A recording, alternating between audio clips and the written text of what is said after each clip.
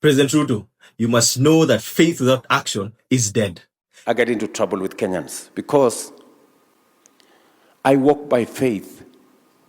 Many walk by sight. They say, we have not seen. Mr. President, if you claim to walk by faith, then show us what you see. Because here's what Kenyans actually see on a daily. On education, tens of thousands of students admitted to university cannot afford fees. Even among those who qualified, 17% did not apply for placement because tuition was simply too high. And last year, 74% of KCSE candidates failed to hit the C+ for university.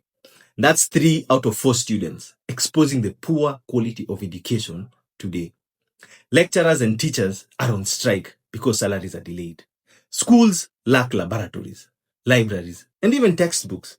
And yet, you call this walking by faith, Mr. President. That's not faith. It's incompetence dressed up as hope. On healthcare, SHA was supposed to deliver universal coverage and equity. Instead, 93% of healthcare facilities cannot provide basic outpatient care.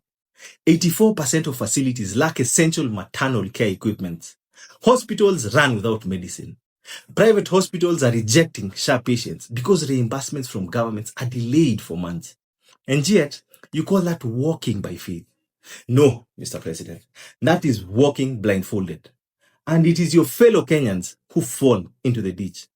On housing, you promised affordable housing for the poor, but the so-called affordable units are few and are taken up by the salaried rich. In fact, according to your own numbers, 83% of new housing projects service the rich, and only 2% is accessible to the poor. Meanwhile, slums are expanding. Over 60% of urban families live in slums, exposed to floods, insecurity, and poor sanitation. And yet, you insist you walk by faith. Mr. President, if faith could build houses, you would not need the housing levy.